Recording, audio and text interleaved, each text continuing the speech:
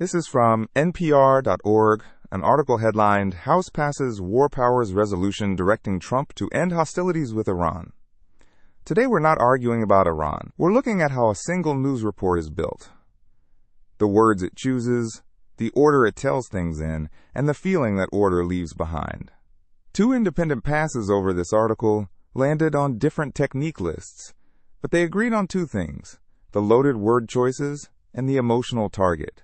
That target is anxiety. Let's watch how it's assembled.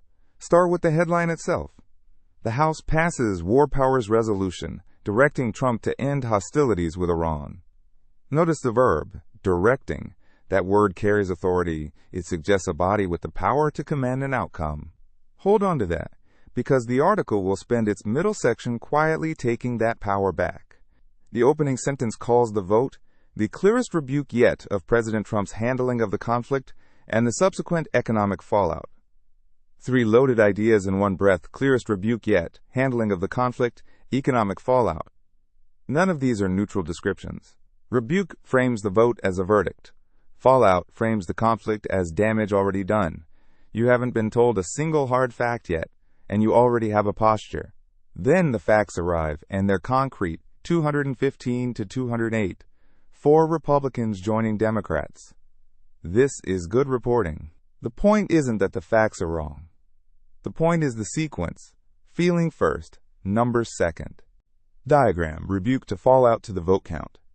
By the time you reach the count, you already know how to feel about it. Now the article gives you two people, and only two, in direct quotes. First, the speaker. He defended President Trump's decision to attack Iran. His words, remember. Iran declared war on us 47 years ago. They chant, "Death to America." The president is trying to keep the people safe. This is the article's most fear-charged passage. Death to America. Keep the people safe. It's an appeal to threat. And, notice, it's placed in the mouth of the side. The opening paragraph already framed as being rebuked. Then the closing voice. The top Democrat on the committee, let's be clear, Republicans pulled this vote because they knew they were going to lose it. And they know this war is a political and strategic disaster. That phrase, political and strategic disaster, is the loaded language both analysis passes flagged. It's an assertion, presented as a quote, and it gets the last word in the article. Diagram, fear, quote, middle, to rebuttal, quote, end. So the structure is, the fear appeal sits in the middle, the disaster framing sits at the close. In a piece read top to bottom, the final note tends to linger. Here's the most interesting move, and it's where one analysis pass saw what it called card stacking. The headline says the House is directing the president. But mid-article, the report tells you the opposite is true in practice.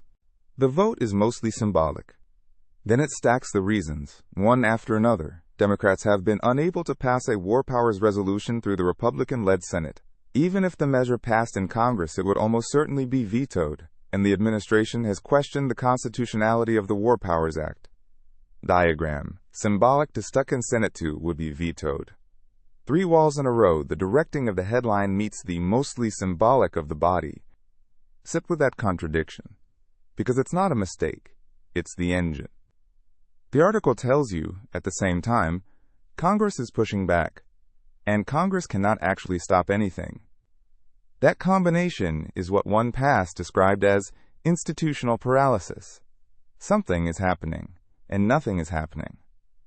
That gap is where anxiety lives.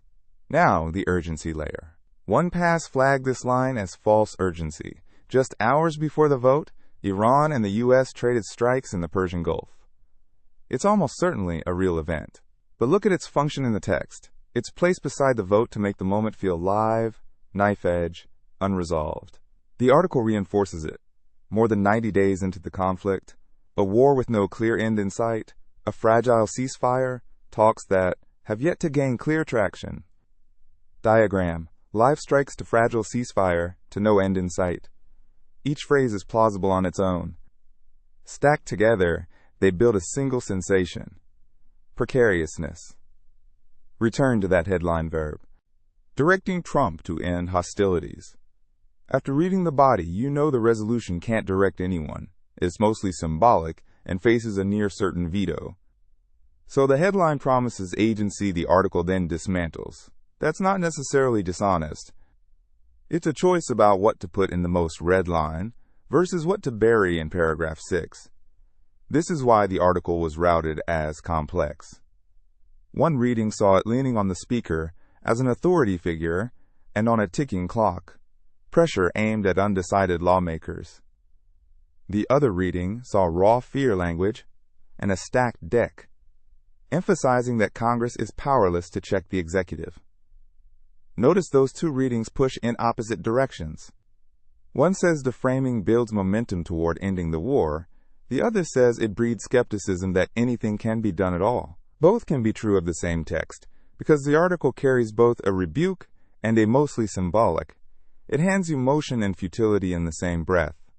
And here's the fair part. Both passes marked the ideological anchor as unclear. This piece quotes both sides directly. It states the vote count plainly. It explains the actual mechanics. The president has 60 days, a possible 30-day extension, a resolution subject to presidential veto. The technique here isn't a hidden lie. It's emphasis, ordering, and word choice, the difference between informing you and steering how you feel while you're informed. So how do you read past it? Separate the verbs from the facts. Rebuke, fallout, disaster, directing. Those are framing. 215 to 208. 4 Republicans. 60 days. Subject to presidential veto. Those are facts. Diagram. Strip the verbs to keep the count to ask what changed. Strip the loaded verbs, keep the numbers, and ask the plain question. After this vote, what concretely changed? By the article's own account, mostly symbolic, very little. A report can be accurate in every fact and still hand you a mood. Watch the order, watch the verbs, and notice when a headline promises power, the body quietly takes away. Strata. Read the rhetoric.